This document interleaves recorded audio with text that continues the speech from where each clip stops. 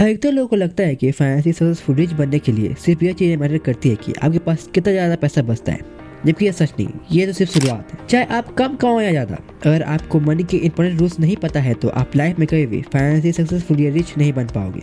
लेकिन अगर आप ये 15 मनी रूल्स समझ जाते हैं कि पैसा कैसे काम करता है, तो आप अपने वेल्थ बनाने के साथ साथ अपने फैमिली को भी एक बेहतर लाइफस्टाइल दे पाओगे और खुद के और उनके ड्रीम्स को भी पूरा कर पाओगे। तो आइए जानते हैं वो 15 बेस्ट मनी रूल्स।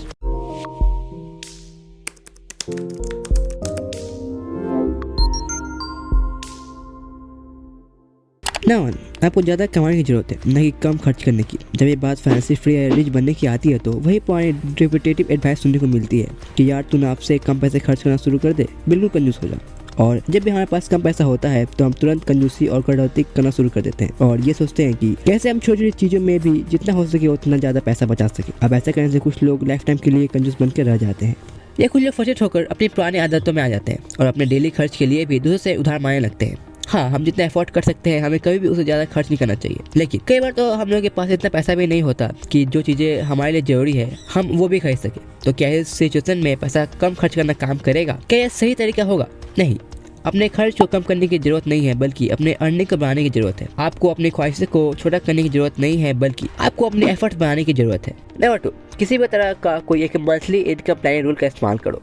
यूएस के प्रोफेसर एलिजाबेथ वॉरेन सिर्फ एक एवरेज पॉलिटिशियन नहीं है, क्योंकि जब भी बात मनी रिलेटेड मैटर की आती है तो वो काफ़ी फाइनेंशियल रिलेटेड और वाइस पर्सन की तरह डिसीजन लेती है। वो कहती है कि आपको अपने इनकम को 3 पार्ट में डिवाइड कर देना चाहिए। फर्स्ट 50% आपकी नीड्स यानी जरूरतों के लिए होना चाहिए, 30% आपकी वांट्स के लिए और 20% आपको इन्वेस्ट करना चाहिए। और ये फाइनेंशियल वर्ल्ड में सबसे बेस्ट एडवाइस माना जाता है। कई सक्सेसफुल लोग इसे फॉलो भी करते हैं। तो अगर आपको अभी कोई मंथली इनकम प्लानिंग या बजटिंग रूल नहीं पता है तो आप इसको फॉलो कर सकते हैं। नंबर 3, जो पैसा आपके पास नहीं है उसे खर्च मत करो। फाइट क्लब मूवी का एक फेमस डायलॉग है, we buy things we don't need with money, we don't have to impress people we don't like. हम वो चीज़ें खरीदते हैं जिनकी हमें जरूरत नहीं होती, और वो भी उन पैसों से जो हमारे पास नहीं होता, सिर्फ उन लोगों को इम्प्रेस करने के लिए जिन्हें हम पसंद तक नहीं करते, जो कि एक कड़वा सच है। क्योंकि कुछ लोग उन चीज़ों के लिए क्रेडिट कार्ड या डेबिट कार्ड का यूज़ करते हैं, उधार लेते हैं या अपने मेहनत से बचाए हुए पैसे को वेस्ट कर देते हैं, जिनकी उन्हें असल में कोई जरूरत नहीं होती। वो उन पैसों को खर्च कर रहे होते हैं जो उनके पास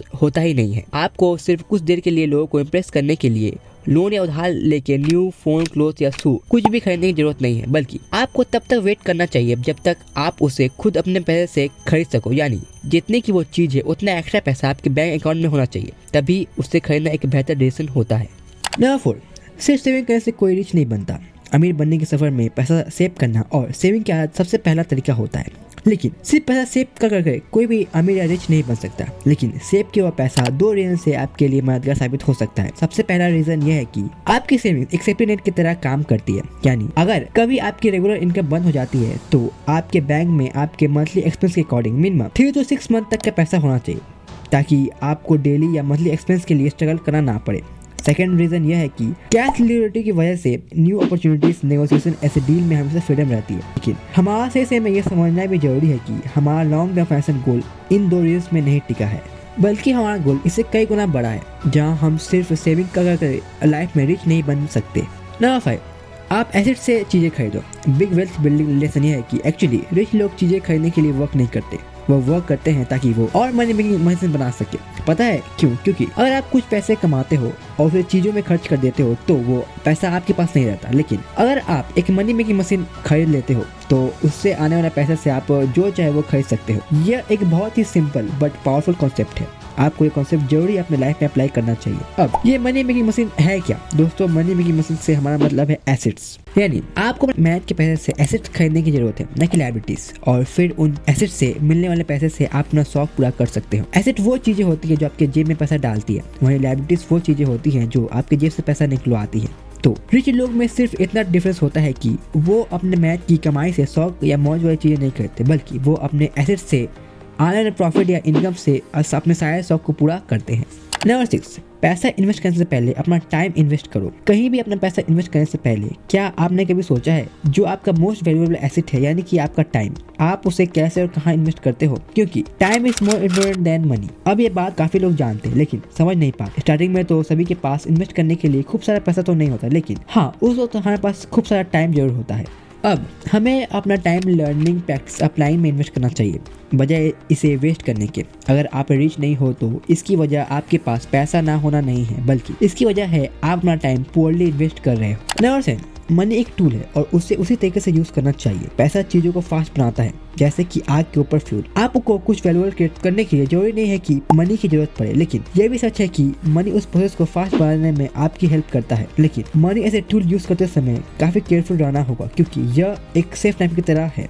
अगर ये किसी ऐसे पर्सन के हाथ में है जिसे पता है कि इसे कैसे यूज करना है, तो ये एडवांटेज देता है कि आप इसे जो भी करोगे वो इफेक्टिव और इफिशिएंसी होगा। लेकिन वही किसी इनएक्सपीरियंस पर्सन के हाथों में आ जाए जिसे यह नहीं पता कि इसे कैसे सही तरीके से यूज किया जाता है, तो मे भी वो चीजें ठीक कर पाए, लेकिन इससे वो काफी चीजें नुकसान भी कर सकता है। तो मनी को एक टूल की तरह यूज करो। आपको इसे एडवांटेज की तरह लेना चाहिए बजाय इसे वेस्ट करने की। अपने इनकम का अधिकतर हिस्सा इन्वेस्ट करो। अगर आप जल्दी रिच बनना चाहते हैं तो आप अपने इनकम का अधिकतर हिस्सा खर्च करके नहीं, बल्कि मोस्टली हिस्सा इन्वेस्ट करके ही बन पाओगे। कुछ लोग लाइफ में जल्दी फाइनेंशियल फ्रीडम इसलिए अचीव कर पाते हैं क्योंकि वो तभी एक पुअर की तरह लाइफस्टाइल जी रहे होते हैं जब उन्हें और ज्यादा देर पुअर बने रहने की जरूरत नहीं रहती। तो अगर आपकी इतनी इनकम है या आगे चलकर हो जाएगी जहां आप अपने इनकम का 50 to 80% इन्वेस्ट कर सको, तो जरूर करो, क्योंकि यही आपको एक्स्ट्रा एडवांटेज देगा और यही आपको लाइफ में जल्दी फाइनेंशियल फ्रीडम दिलवाएगा और यही आपको रिच बनाएगा। नंबर 9, आप जितना ज़्यादा वैल्यूएबल बनते हो आप उतना ज़्यादा कमाते हो।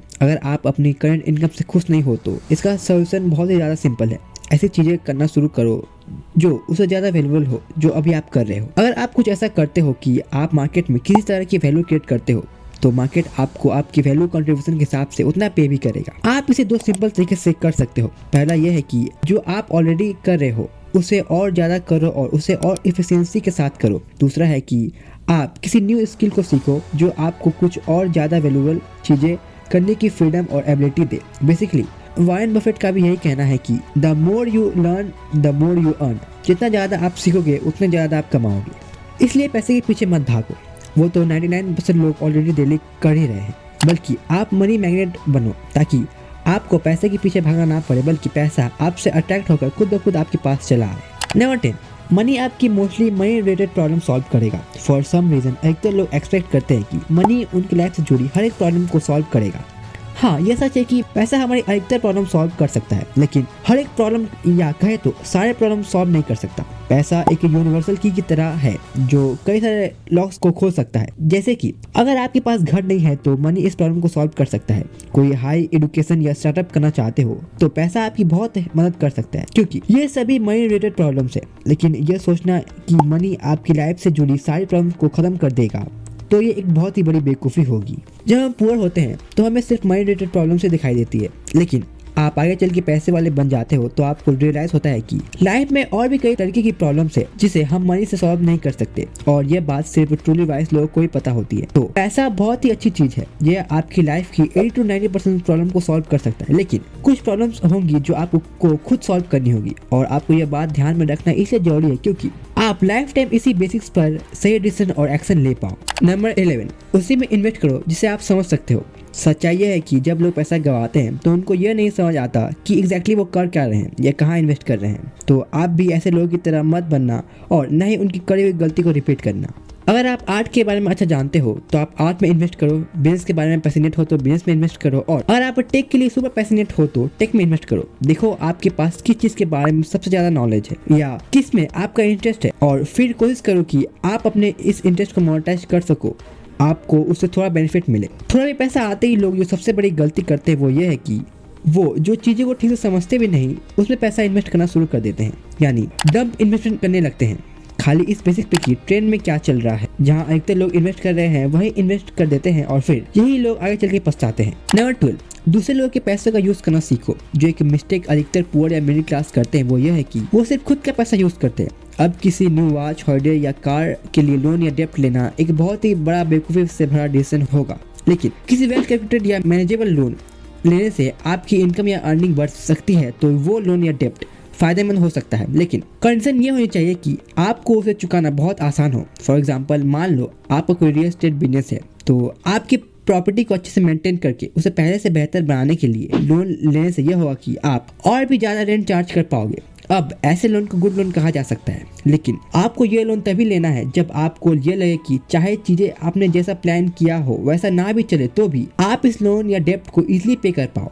इस तरह के वेल कैलकुलेटेड लोन्स एक मनी स्किल है जिसे आपको सीखना बहुत जरूरी है अपने फायदे के लिए। नंबर 13, आप थका हुआ होना पसंद करोगे या गरीब रहना। आपने तो ये सुना ही होगा कि यार रिच बनने के लिए ना बहुत ही मेहनत करनी पड़ती है, बहुत ही ज़्यादा काम करना पड़ता है, स्ट्रेस, हसल, कम घंटे की नींद या बहुत ही सारे सैक्रिफाइस करने पड़ते हैं जो कि हर किसी की बस की बात नहीं होती, तभी लोग थक के क्विट कर देते हैं। वेल इसमें सच्चाई तो है, स्टार्टिंग फेज में ऐसा ही होता है, इवन कई बार तो लाइफ लॉन्ग ऐसा ही रहता है। पर दोस्तों मार्क क्यूबन कहते हैं I would rather be tired than broken, यानी मैं ब्रोक और गरीब रहने से ज़्यादा थका हुआ रहना ज़्यादा पसंद करूंगा। खैर आप थका हुआ रहना पसंद करोगे या गरीब रहना, ये आपकी चॉइस है। कोई भी पर्सन फाइनेंशियल सक्सेस अचीव कर सकता है अगर वो बस लेजी होना बंद कर दे। अधिकतर लोगों को लगता है लेजी होना ऑपोजिट होता है हार्ड वर्क के, लेकिन ये पूरी तरह से सच नहीं है। अगर ऐसा होता तो वर्ल्ड के सबसे रिचेस्ट पर्सन कोई कोयले की खान में काम करने वाला वर्कर होता। लेकिन ऐसे होना आपके माइंडसेट की वजह से होता है। जब आप जो सही है उसकी जगह जो आसान है उसे चूज करते हो तो आप लेजी हो। लेकिन वही अगर आप अपने कंफर्ट से ज्यादा सेक्रीफाइस, पेन और जो आपके लिए लॉन्ग टर्म में सही है वो चुनते हो तो आप फ्यूचर में फाइनेंशियली सक्सेसफुल जरूर बनने वाले हो। नंबर 14, एक रिटायरमेंट फंड रखो। जितनी जल्दी आपके पास रिटायरमेंट फंड होगा आप उतनी जल्दी रिटायर हो सकते हो। अब ये आपके ऊपर है कि आप 40 की उम्र में रिटायर होना चाहते हो या 60 की एज में, दैट्स योर चॉइस। लेकिन आपके रिटायरमेंट एज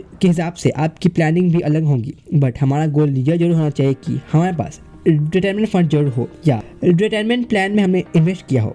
एक्चुअली कुछ केसेस में आपको रिटायरमेंट फंड और प्लान में इन्वेस्ट करने से कई टैक्स बेनिफिट भी मिलती है। अपने रिटायरमेंट के लिए इन्वेस्ट करना कभी भी लॉस या एक बुरा ऑप्शन हो ही नहीं सकता, क्योंकि आप यह सारा पैसा कैश आउट कर सकते हो, क्योंकि इस तरह के इन्वेस्टमेंट में लॉन्ग टर्म में कंपाउंड इंटरेस्ट में इंटरेस्ट मिलती है। जितनी जल्दी आप इसे शुरू करोगे उतने ही ज़्यादा यह आपके लिए आगे चल के बेनिफिट होगा। नंबर 15, आपके पास कितना पैसा है यह दिखाने की जरूरत नहीं है।